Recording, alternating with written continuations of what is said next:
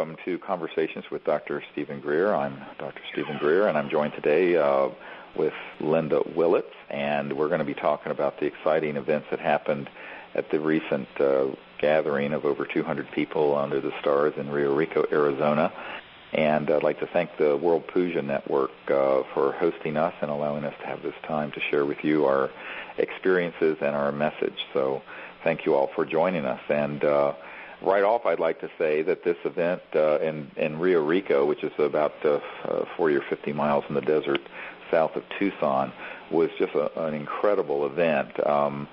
Certainly I've spoken at larger conferences and things of that sort, but to have over 210 people out under the stars for 3 nights doing meditation and doing a puja for that many people and making contact, and the incredible sightings and everything that happened during those 3 nights was really a historic event and something that I think people really enjoyed. And so thank you, Linda, for organizing that.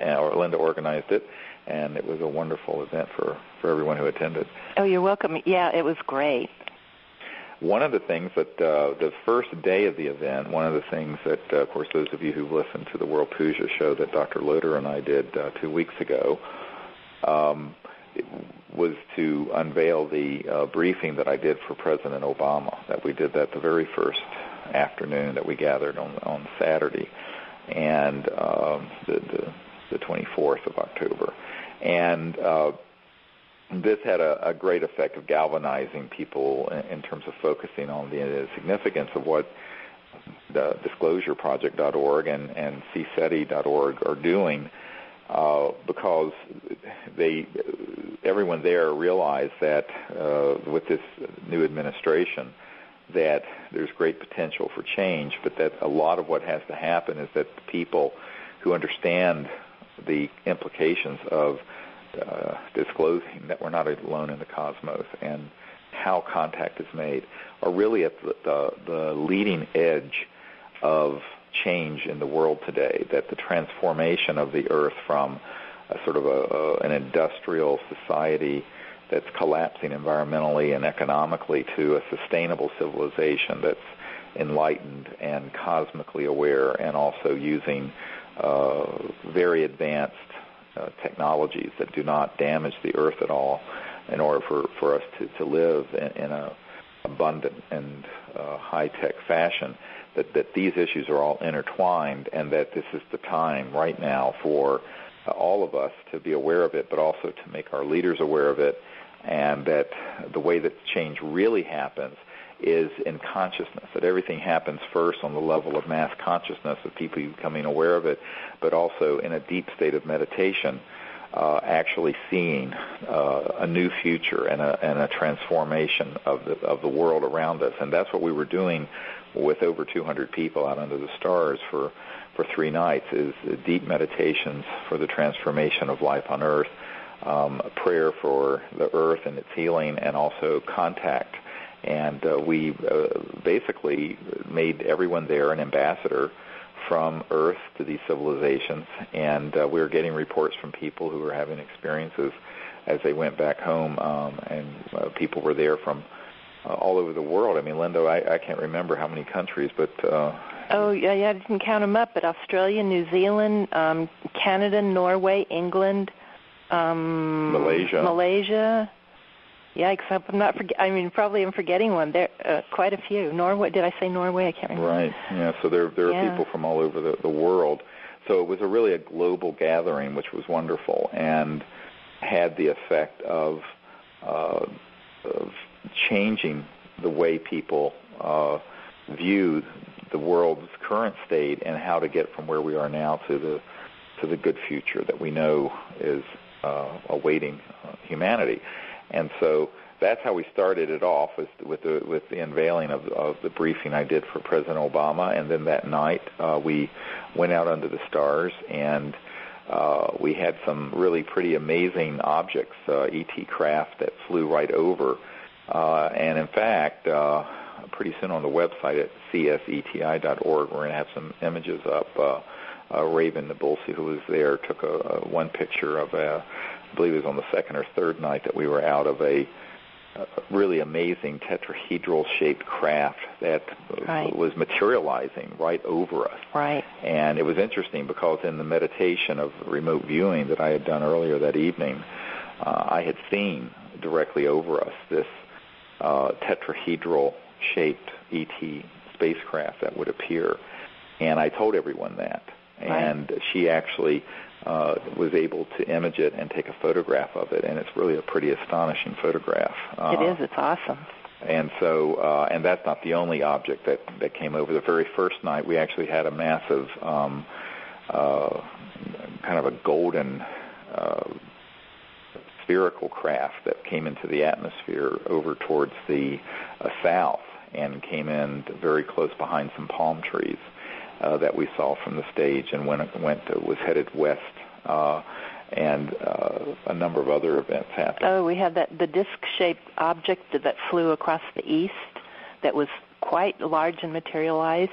Yes, we had a very large one up near Orion. Right, correct. That was a disc-shaped object, and quite a few of these we did get filmed with the night-scope video cameras, and these are going to be things that we're going to be putting up on the website, and also in some upcoming DVDs that we'll put together from the events following the DVD that was just released. And one of the things that everyone I wanted to announce, we have this new DVD and book called Contact, Countdown to Transformation. And this book is sort of a cumulative history of the last 18 years of the Center for the Study of Extraterrestrial Intelligence, which I founded in 1990, going out all over the world with teams of people, and the kinds of contact we've had. And it has in it a videotape and photographs of encounters and craft, as well as tones that have come right into the area that we've recorded from ET vehicles that over the last 18 years. And this is on a DVD that you get for free with this new book, which is called Contact, and it's you can get that at disclosureproject.org. Is the only place it's available right now because it's just been printed, but it is available there. And interestingly, the DVD has images that started in 1992 when we were on a beach in Florida near Pensacola. And we had 40 or 50 people out for a workshop, and we had 4 extraterrestrial vehicles materialize in the air very close to us. At that time, we didn't have these wonderful, almost fourth-generation night scopes hooked to digital cameras. It was the old high-8 cameras. So, but still, you can see these objects. And I started making a triangle in the sky with a light that I had, a very bright light, and the craft made a triangle in the sky. And then when we were signaling to these craft, and they were signaling back, and while all this was going on, there was a sort of dematerialized ET presence that was sort of what we call sort of etheric or astral energies. That's an extraterrestrial electronic projection, sort of like a hologram that came into the parking lot. And you could actually see the figures of these ET beings moving around us there by the beach. We were by a state park in Florida at the time. And it turns out there were 3 Air Force officers there who had been pilots, and they were just astonished, and 5 or 6 different videotapes and photographs. And the next day it was on the actually front page of the Pensacola paper that this had happened. Someone, not from our group, but at another location, saw this event happening and photographed it. And so that is on this DVD, starting way back in 1992, March of 92, things all the way through up to and including events that just happened this summer on our expeditions in Mount Shasta and Crestone and other places. So I think you'll find it very interesting to see these encounters and photographs and hear the tones that have come from the ET technologies that we've recorded, as well as the tones that we've gotten from Colin Andrews, who was a keynote speaker at the conference. And he unveiled some things that I think were really amazing. I know for the first time he spoke of some things that he had never shared publicly. And Linda, you may want to comment on some of those. Some of the things he shared were the interactivity between he and his team, Busty Taylor, and I don't remember all of the men on the team, but they were talking about this was in the early days of crop circles when they were just beginning to form, and they were quite simplistic at that time. They were just round or something, or sometimes like sort of a round circle with like a halo around it. And they started talking about, well, what if these could be combined, and the design could be combined, and it could make this somewhat more elaborate design, and then they'd talk about that among themselves, and then the next day that would appear in a field right near one of their homes. And so they had a number of these interactive experiences that happened to them over the course of the first several years of their crop circle research, and he has pictures of all of that, and it was really amazing. And also on one account, Colin Andrews is a very dear friend and a brilliant man and a sincere man. There was one account where he was just beginning to investigate the crop circles, and he said a little prayer and he said, God, will you show me what this is and show me that this is real? And right near where he was living in a field, a very important crop circle appeared literally that night. And so there's a lot of it. And so I call these crop circle CE5s, close encounters of the fifth kind. And a close encounter of the fifth kind is a term that I coined in 1990 to describe when humans invite contact as opposed to just accidentally seeing an ET craft or a UFO or passively being observant of an event that happens. A CE5 is a very unique, empowering category of contact where it isn't an accidental event. It's an intended event that the humans have prepared themselves to invite. And it can be very subtle. It can just be as much as wishing for, asking for some manifestation or some evidence, and the ETs will do it. But it has to be done from a point of purity of heart and detachment and sincerity, and that's the state Colin Andrews was in when he asked for this, and it happened. And not long after that, I went over to England, and in 1992, on my first expedition, and I took a team up on Woodborough Hill, which is near Alton Barnes, which was the epicenter of where the great pictograms, the great pictoglyphs that were gorgeous, complex shapes that were appearing at that time. And Woodborough Hill is surrounded by this farm that Tim and Polly Carson had, that about 1,800-acre farm that we were allowed to use for our research and for contact. And one night we decided, there were about 12 of us, I think, and we decided to go up on top of Woodborough Hill, which was a tall hill overlooking this whole region.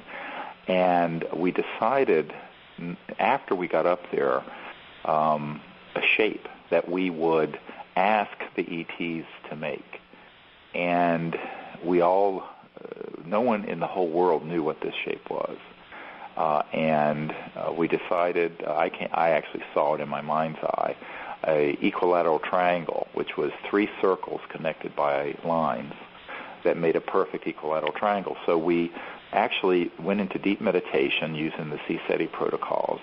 And the protocols we use is to go into this deep state of quiet meditation and then to remote view space and the ET civilizations and their spacecraft.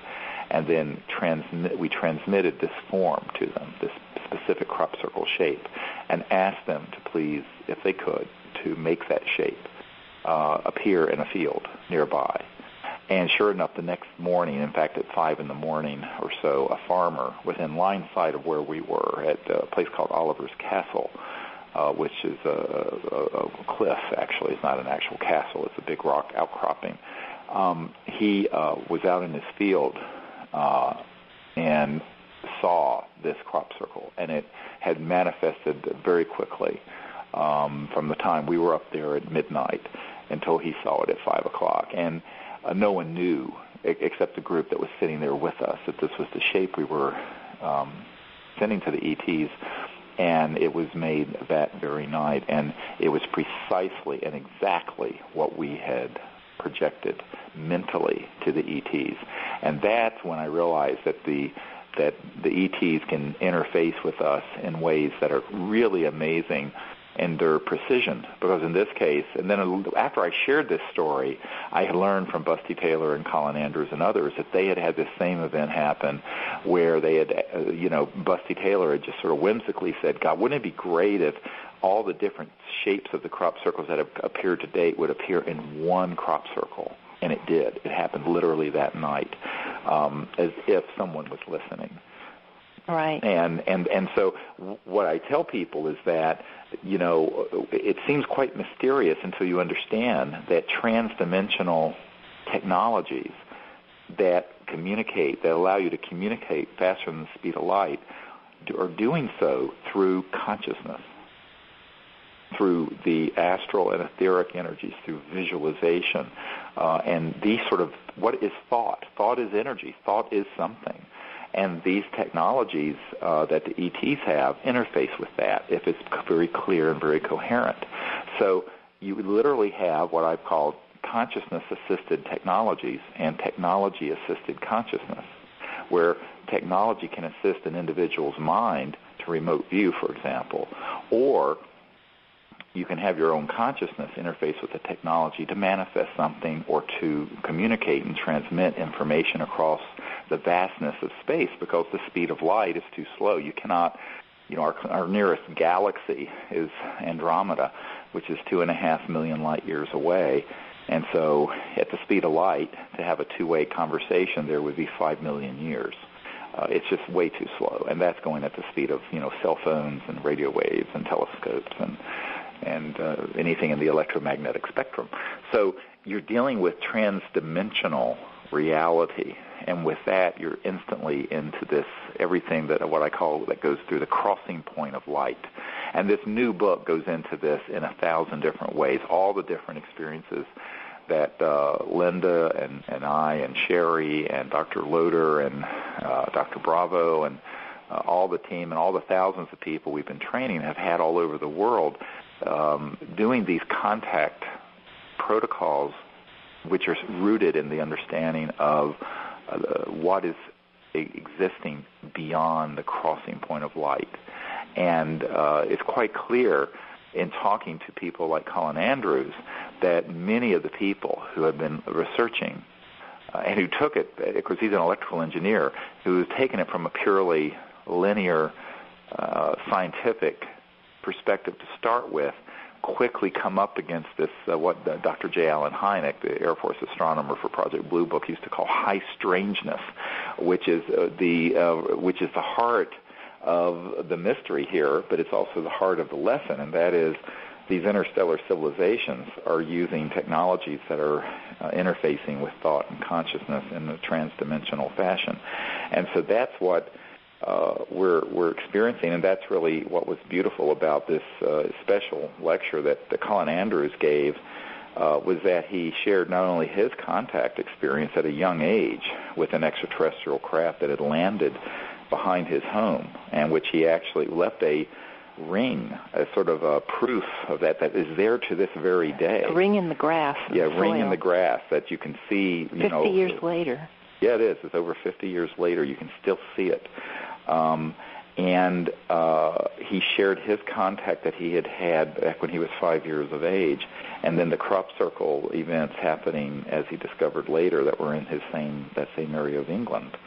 And also the mystery of the triangle, the triangular form, that there's sort of a triangle of events that he described in this lecture. We hope to have it on a DVD that is a geographical area that includes Stonehenge, but is in that area of England where the epicenter of all these crop circles have been, and it makes another C-SETI triangle, as we call it, a perfect equilateral triangle. And this motif of a triangular shape keeps coming up, and it's something very elemental and rather an archetype, a sort of sacred archetype form. And he sort of connected that form in the C-SETI triangle to a larger geographical area that makes a perfect triangle, where all these crop circles have been occurring, and not just crop circles, UFOs, materialized spacecraft. He showed pictures recently near Silbury Hill, where we've done a lot of our work, of a craft that looks very similar to the craft that's on the DVD that we're making available with this new book that Raven took off of the Outer Banks in just this past May of 2009, flying right by Silbury Hill. It looked almost exactly like the disk actually that landed in the field, because in 1992, the same year that we created the CSETI triangle mentally and had the crop circle, the ETs make one in the crop circle, we had about 100-foot diameter disk land or hover 10 feet above the ground in a field that we were in at this same farm near Woodborough Hill in Alton Barnes. And this same craft, or one that looks very similar to it, has just been photographed near Silbury Hill. And near there also, there's a policeman who saw a couple of ETs that were very tall, slender, in sort of white robes and hoods in a crop circle field, or in a field, checking things out. And when he stopped and went into the field, they moved at such speed and actually left some evidence in the crop circle, in the crop of where they had run, and left some evidence there. And this is quite a case. And so Colin Andrews presented all of this that's been going on in 2009 this year in the crop circle. So that's a very exciting lecture that we hope to have available on a DVD fairly soon. And also all of the sort of interactivity through thought and consciousness, including the tones, which, you may want to comment. Right. Before I get to the tones, these crop circle CE5s are still occurring to this day, and Colin Andrews took a lot of flack a number of years ago when he pointed out that a large percentage of crop circles were human-made, and people didn't want to accept that. But what he's found since then is that a lot of these human-made crop circles are CE5s, and in fact, it's happened on several occasions when people were planning the design that they were going to make in the field, and for whatever reason didn't get out there that night to do it, and the very next day that exact design that they just had in mind was already in the field, by the unknown source, the ETs. So that is still continuing to this day. And then the tones that he recorded, Colin Andrews recorded the crop circle tones that we've used on CSETI trainings ever since. And these tones are still occurring to this day.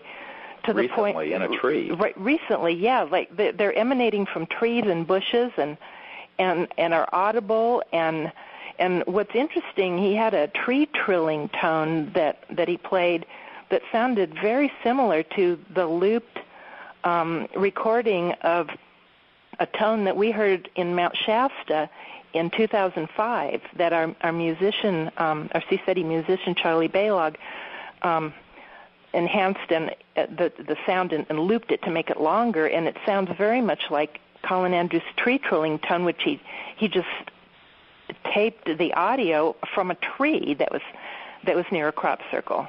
Yeah, it was near that, and it was almost like, of course, the tree effect was interesting. It was like the tree was some sort of antenna, electromagnetic field antenna, like we had the Joshua tree in a couple years ago that was vibrating and moving back and forth as if it was pulsating to some kind of invisible energy field, and all of us went up to it and actually could feel it moving. It almost felt like it had a sort of a resonant heartbeat to it. Right. So that was a couple of years ago. But there are all these sort of very, very strange manifestations of ETs that appear, because everyone thinks of science fiction films, and of course often we have had these craft fully materialized in three-dimensional space-time. But then there are all these other, actually even more interesting things that they do that are very interactive and which are mind-blowing as you begin to investigate them. And there's a never-ending variety. We're just always amazed.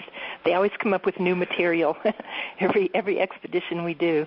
Oh, absolutely. And that's why, it was interesting comparing all of these different tones. And then Lindy Tucker was there, who had also collected a number of these tones from UFOs and ET craft in Canada from the 70s and others from all over the world, and the degree to which that happens. So I tell people it's not just what you see, it's also what you hear and what you feel, and then there can be these other manifestations in nature where the crop circles are very interactive with what one is thinking and asking the ETs to do, and will do it in ways that really baffle the sort of left-brained, materialist, reductionist, scientific Western worldview.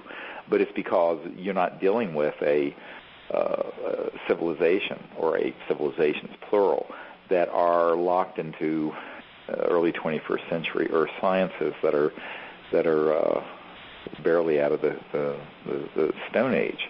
You're dealing with civilizations that for thousands, and in some cases I'm convinced millions of years, have been transdimensional and interstellar, because you can't travel amongst the stars slower than the speed of light. And when you cross the light barrier, you get into all these unusual transdimensional, etheric and astral and causal and, in fact, very Vedic, since we're on the World Puja Network, we'll talk about the Vedas, the ancient Vedas, Vedic sciences, where there's name and form, where tones precede light and form. For example, one of the accounts in this new book, Contact, that has just come out a couple weeks ago, that you can get at disclosureproject.org, is an account of our experience when the tones that Linda was just mentioning at Mount Shasta happened 4 years ago. And when that happened, the tones that we recorded on Linda's little tape recorder are just sort of a faint hint of what it actually was in terms of experience, because it was a multi-dimensional, omnidirectional tone that came from within space as opposed to a linear being projected. And everyone in the group, 30 or 40 people sitting there out there under the stars in the middle of the national forest, literally saw the shape of a spacecraft or a form. And they were like spheres hooked together, almost like a string of pearls. Right. And some saw them as white and saw some as sort of a grayish silver or pearlescent. But everyone saw form with the sound. Right. But the sound manifested the form so clearly it was palpable in just a split second in your mind. And everyone experienced that. And this is the kind of thing that's happening where I'm telling people it is so amazing how this contact is proceeding when we're having real extraterrestrial civilizations contact us.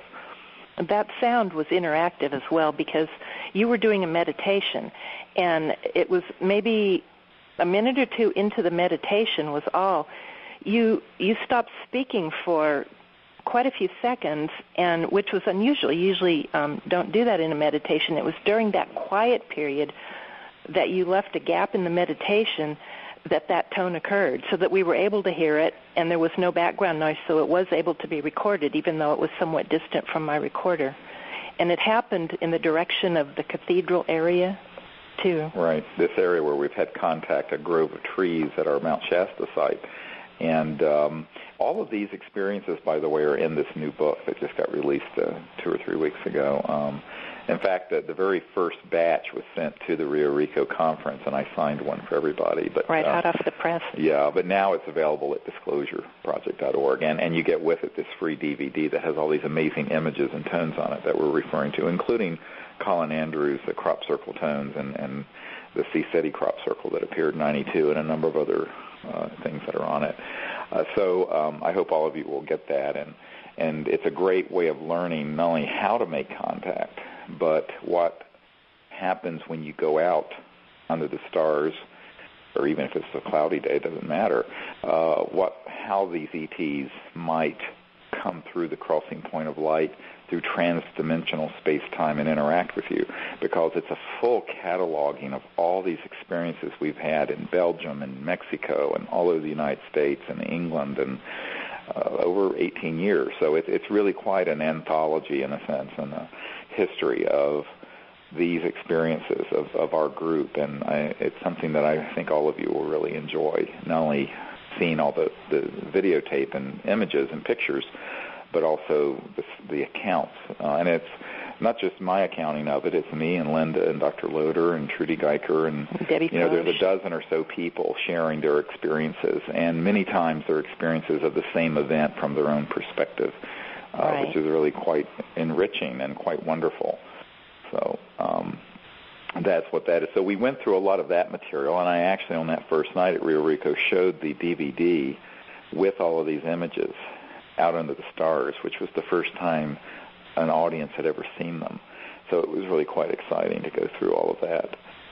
We were on this roof terrace at Rio Rico, and as Linda mentioned, we had multiple ET craft that very quickly would fly over, and one that floated over rather slowly in the south.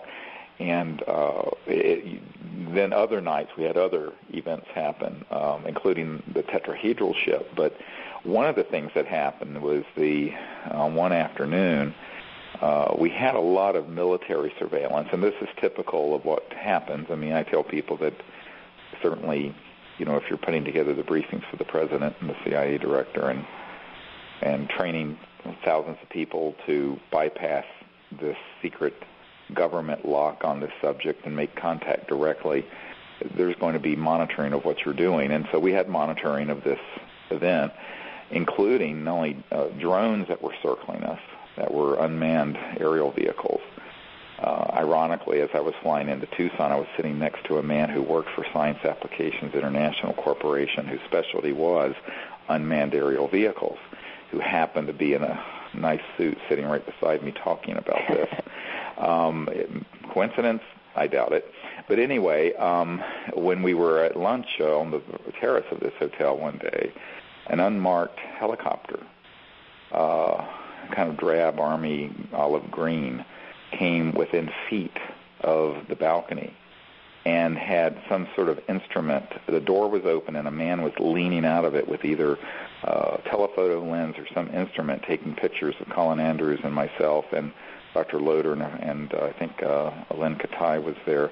And what was interesting is we, thanks to Ted Loder having a camera with him, quick swung around, and we got two pictures of him, not of the person, but of the chopper.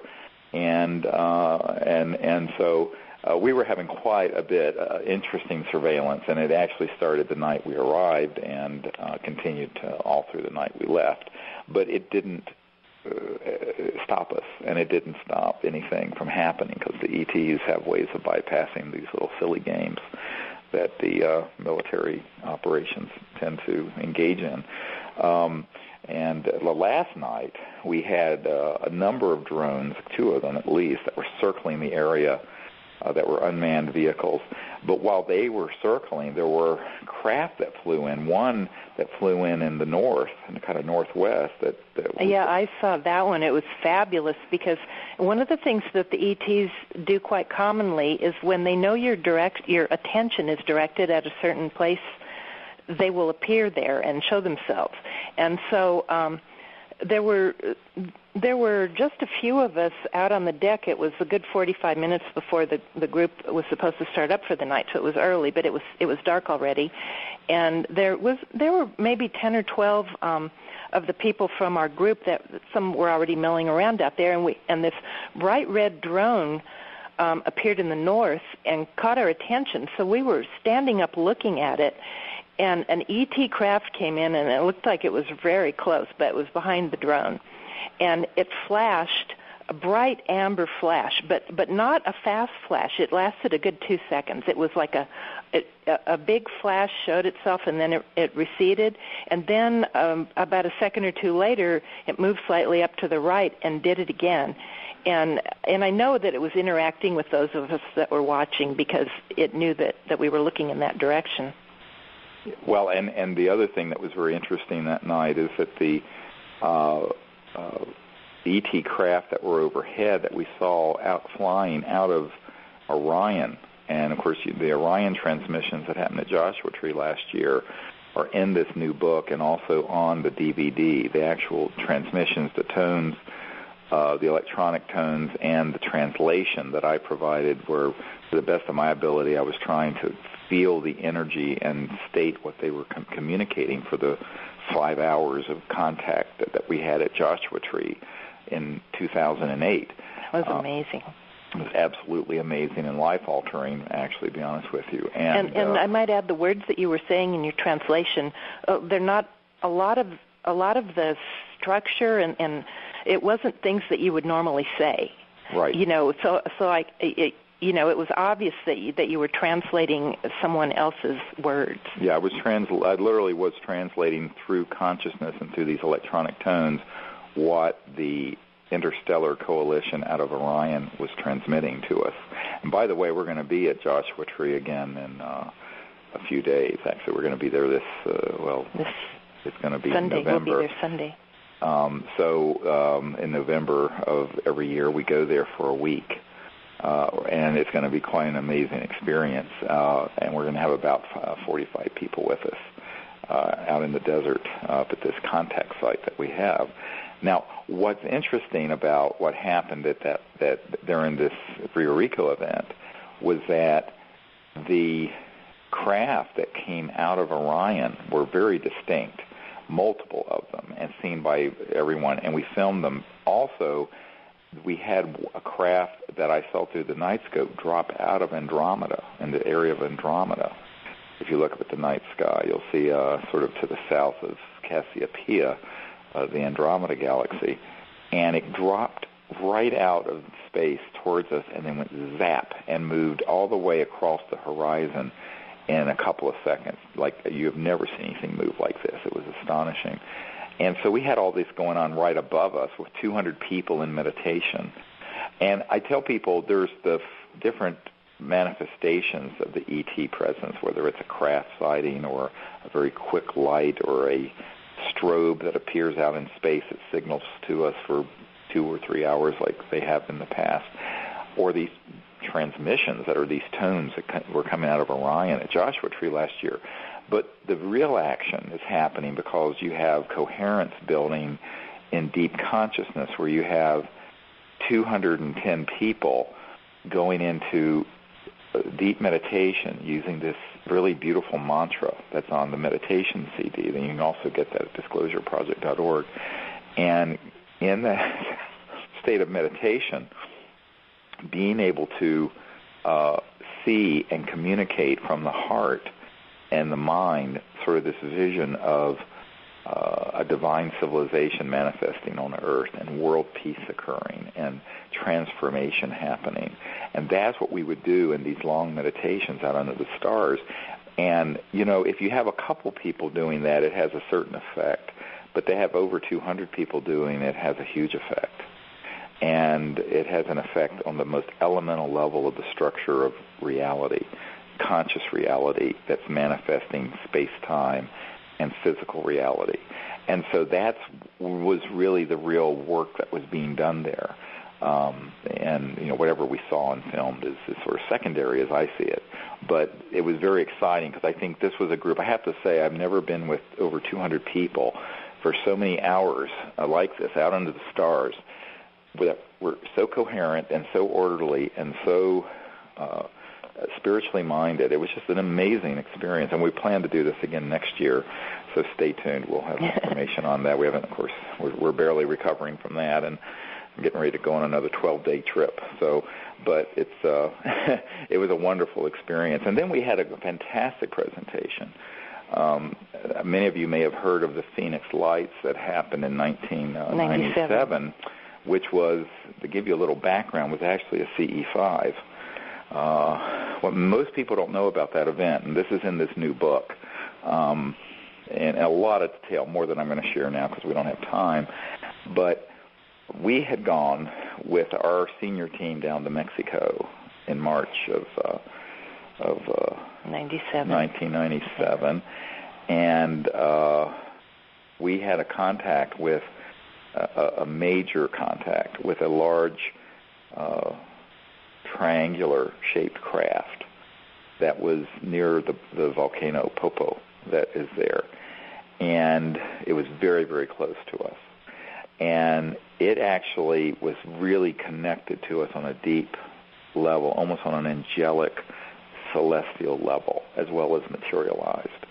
And a lot of things happened that I won't go into. It's all in the book, but it's an amazing story. A couple weeks later, I was going to Phoenix to meet the picture editor for the BBC, who was a volunteer Disclosure Project member, and Sherry Adamak, at these laboratories where it was a digital video laboratory where we could put together the best photographs and videotapes of UFOs that have ever been taken from the 40s up to the current time. And we needed a good place where we could digitally download them and put them together into a master reel, a master tape to give to members of Congress that I was briefing in a closed session of members of Congress in 1997 in April. And this was in late March.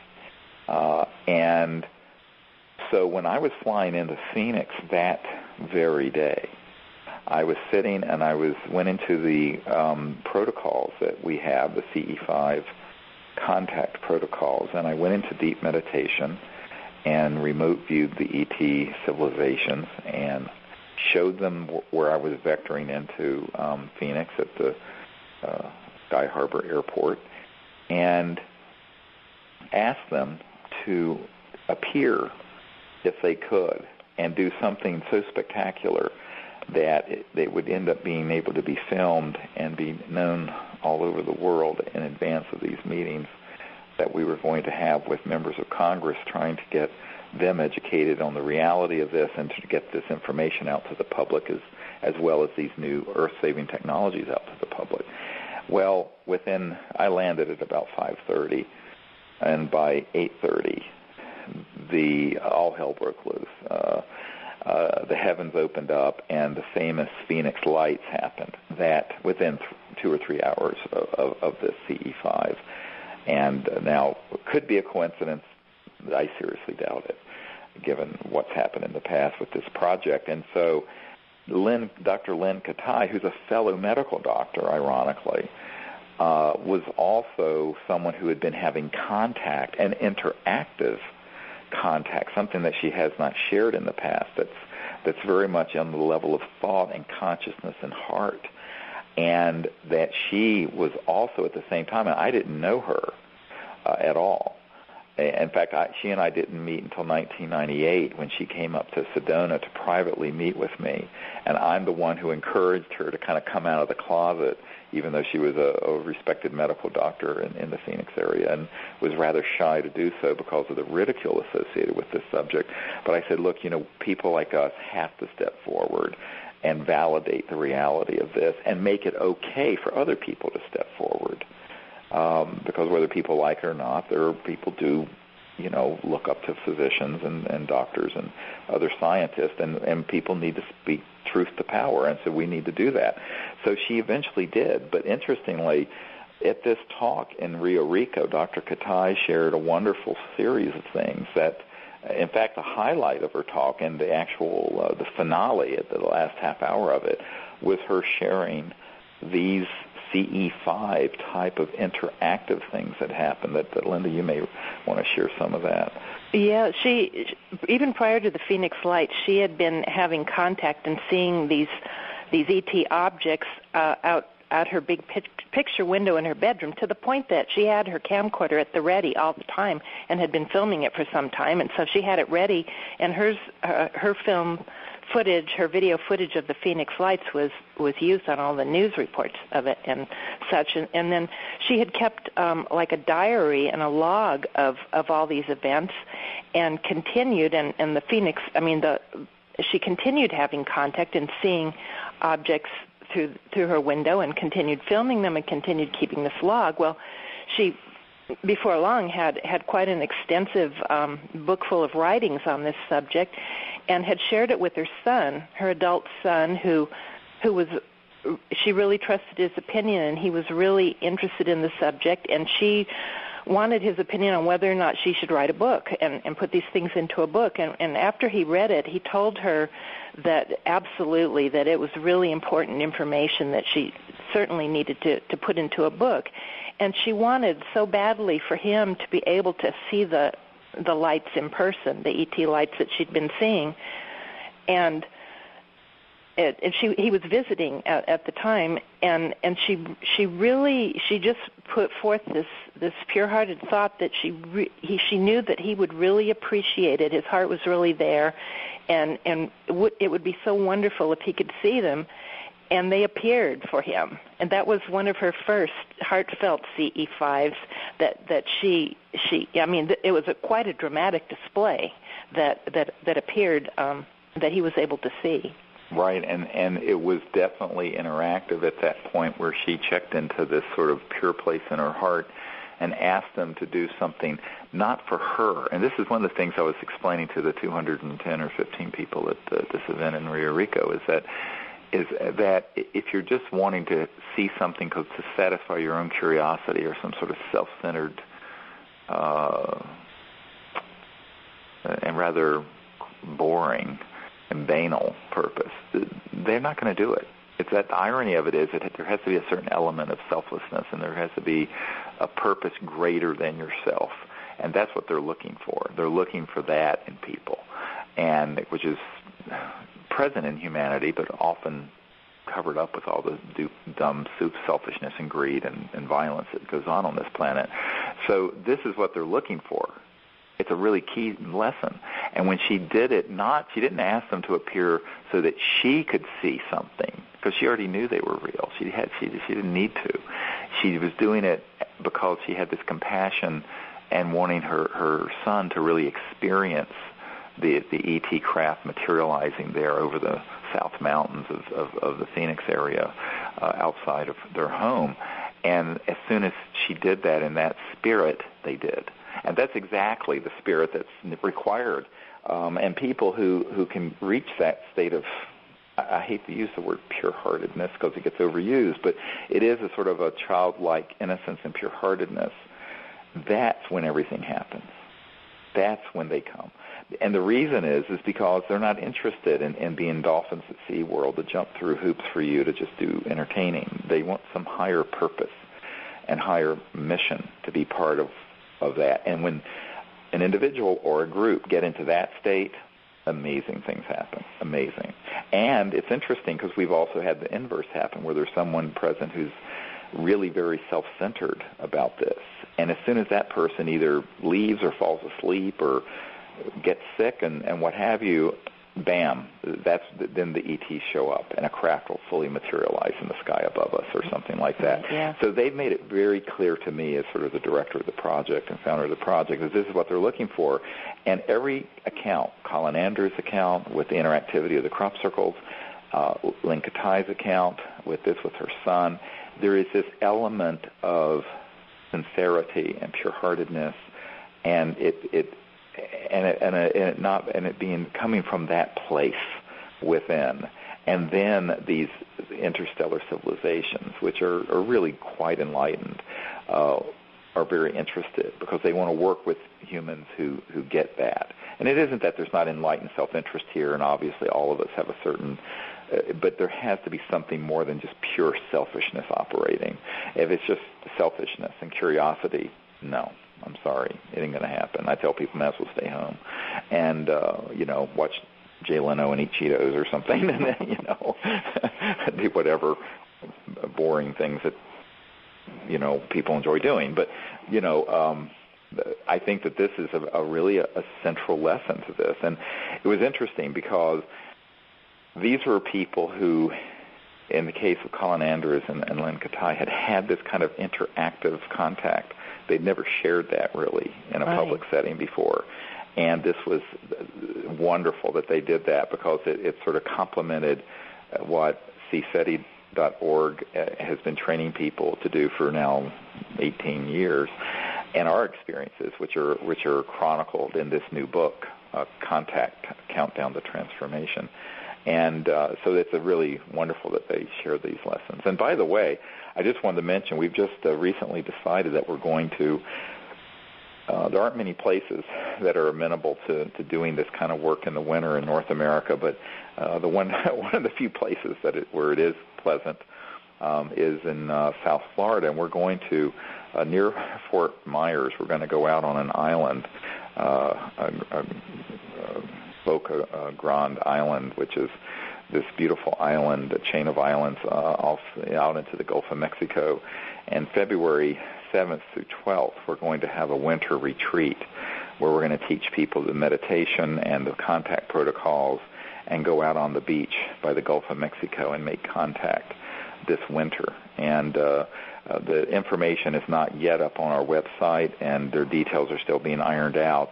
But I wanted to let people know that if you wanted to plan to do that, we are going to have a gathering. It'll be a small gathering, and we're going to gather on a gorgeous beachfront house and in the great room. And it's going to be limited to 30 or 40 people, but it's not going to be like Rio Rico. It's a very small group. But those of you interested who might have free time and want to get out of the cold and come and do this for a week down at the in Florida, we're going to, you might want to just put that on your calendar, February 7th to the 12th of 2010. So we're just now planning those events, and that's going to be a wonderful experience and in a small group setting. And we've never done anything like that on the Gulf of Mexico since 1992 when we had these 4 craft materialize that we filmed. So it'll be interesting to go back there. So you might want to just check the cseti.org, cseti.org website in the coming few days, and we'll have more information up soon. Right. It's going to be beautiful. Absolutely white, beautiful white beaches, very dark, no city lights, out on an island overlooking the vast ocean and the beautiful sky. Yeah, it's going to be a wonderful, wonderful retreat, and we're going to teach people. We're going to do a puja, a Vedic ceremony out over the water, and do the mantra meditation and teach people the contact protocols, and be doing that during the day, and then go out at night every night, probably till midnight or 1 o'clock, and be out on the beach under the stars. Hopefully it'll be clear, but whatever it is, we go out anyway, unless it's pouring rain, and make contact and train people to make contact. So people will be trained to do that on this winter retreat, and we've never done one there, and it's going to be an interesting, exciting thing to do, so I hope you can join us. So, now, the other thing that was wonderful, at Rio Rico, we had Dr. Ted Loder presented a very sort of a tour de force of new energy, the history of new energy, and everything from Tesla back in the early 1900s all the way through T. Townsend Brown, who worked on the anti-gravity, high-voltage anti-gravity systems in the 20s, 30s, and 40s, to Stubblefield, who with Tesla took to Congress and demonstrated this Earth battery that basically picked up the energy of the Earth resonant field and converted it to electricity, and had free energy running his farm back in 1902, 107 years ago. Now, it was interesting because it was a wonderful overview of all of these things. And then, of course, what the OrionProject.org is working on, trying to put together a laboratory and research facility where we can pull together all of the folks that we've met who understand this, or to try to identify someone who has such a system working today, who is willing to cooperate in getting it out to the world. Unfortunately, there are a number of people who do have such knowledge right now today, but they are afraid to come forward with it. Even the ones we've seen demonstrated to us, typically these people are afraid of either being assassinated or put in prison or what have you, and that is not a conspiracy theory. It's unfortunately things that have happened, but we have enough people in our team who are connected up through shall we say, the powers that be, that I'm confident we can get this thing out if we get an operating energy system out, and that we're working feverishly to try to find someone who has it or to raise the funds to do it. But one of the things that of course, you just heard 2 weeks ago on the World Puja interview I did with Dr. Loder is that in the aftermath of releasing this briefing for President Obama, at the end of which you can read it at disclosureproject.org, is a call for this scientist and his team who had been, a year ago this week, had agreed to work with us to build such a system. that would basically be a free energy electromagnetic system that we'd be putting out just as a proof of principle system, maybe a kilowatt of free energy. The very Monday after he left our farm here in Virginia on Friday, he was reassigned overseas and taken out of the country. And this is a man who works in classified programs and works in a very sensitive area. But he now, just as of a few days ago, has resurfaced and is wanting to try to do this again, and apparently is being given the all clear. So if you can keep all of us in your prayers and thoughts, we're hoping this can stay on track and that we can move this project forward and properly support this scientist, and in the next few months try to get one of these devices, at least it's certainly not something that could go to mass manufacture in a few months, but something that could prove this and get it in front of enough people in the world and disclose it to the world so that people will see that there's light at the end of the tunnel, that we're going to be able to transition out of the dark ages of fossil fuels and oil and gas and earth-destroying nuclear technologies to these new technologies that get energy from the fabric of space and time around us. And that this having been done dozens, if not hundreds of times over the last 100 years, we've identified this scientific team that we have high confidence can do it and who are now wanting to work with us. It's been a huge, huge undertaking and quite a roller coaster for me personally and for all of us who have worked on this. But we're hoping all of you will keep this effort in your prayers and in your meditation for its protection and its staying on track, because the world needs it and we need it now.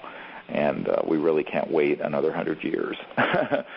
We can't waste another 100 years like has happened, and the world and our children deserve a better way of living on the earth that doesn't cannibalize Mother Earth in order for us to live in any semblance of developed civilization. So this is our best chance, our best shot at it. And we hope it can stay on track. So just keep that in your thoughts and prayers. You know, and another thing that I'll just add about that is that you had your dream about hope some time ago and had written it up and had not released it, and had been just not really waiting, but waiting somehow for a signal of the right time to release it.